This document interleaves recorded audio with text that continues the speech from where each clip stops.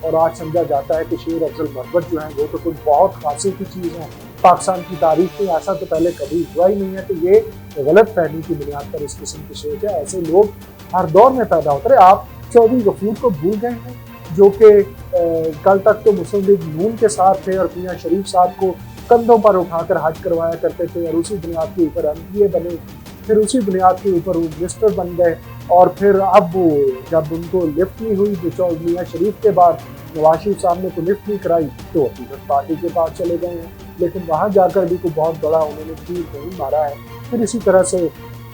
میاں شریف صاحب کی بات ہو رہی ہے تو وہ طاہرہ اورنگزیب صاحبہ، مریم اورنگزیب صاحبہ کی والدہ، جو کہ غالباً بنیادی طور پر پیشے کے اعتبار سے ایک پیرامیڈک اسٹاف کی حصہ تھی، نرس تھیں، اور وہ جو ان کی دیکھ بھال پہ معمور تھی، تو وہ اب اس کے بعد ان کو نوازا گیا اور وہ ایم این اے بنی۔ ان کی بیٹی جو ہے وہ اس وقت پوری پارٹی کی ترجمان ہے، مریم اورنگزیب صاحبہ، حالانکہ وہ بھی سیاسی خانوادہ نہیں تھا، لیکن یہ بات اپنی جگہ درست ہے کہ مریم اورنگزیب صاحبہ نے اپنی محنت کے ساتھ اس مقام کو حاصل کیا ہے، اور اب تک اس کے اوپر وہ کاربند ہیں کہ محنت سے ہی اصل میں آگے بڑھا جا سکتا ہے۔ پھر آپ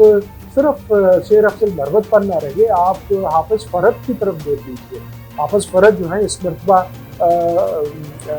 ڈی ایچ اے سے دوبارہ سے وہ لطیف کھوسہ صاحب کے نیچے ایم پی اے کی سیٹ جیت کر پنجاب اسمبلی کا حصہ بن گئے ہیں، جن کے حلف کے لیے جو پنجاب اسمبلی کے پی ٹی آئی کے اسپیکر ہیں انہوں نے خاص طور پر ان کا نام لیا کہ حافظ فرد صاحب آپ کو حلف نامہ مل گیا ہے تو میں آپ کو حلف دلوا دوں۔ تو حافظ فرد صاحب دراصل ایک اسٹوڈنٹ لیڈر بھی نہیں تھے، لیکن جمعیت کا حصہ تھے، جو جس وقت عمران خان مشرف کے دور میں غالباً وہاں گئے خطاب کرنے، اور وہاں پر جو اسٹوڈنٹس نے دروازے کو بند کر کے اس ہال کے دروازے کو بند کر کے پولیس کو کال کر دی کہ وہ آ کر عمران خان کو پکڑ لے، تو اس وقت حافظ فرد جذبات میں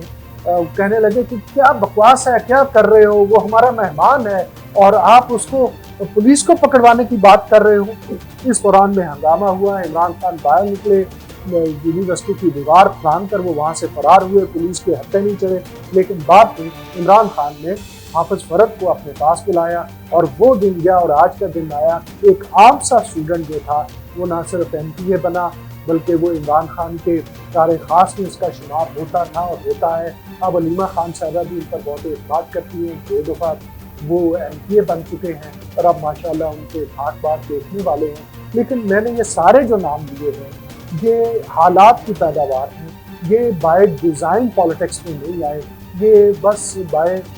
چانس آ گئے، اور پھر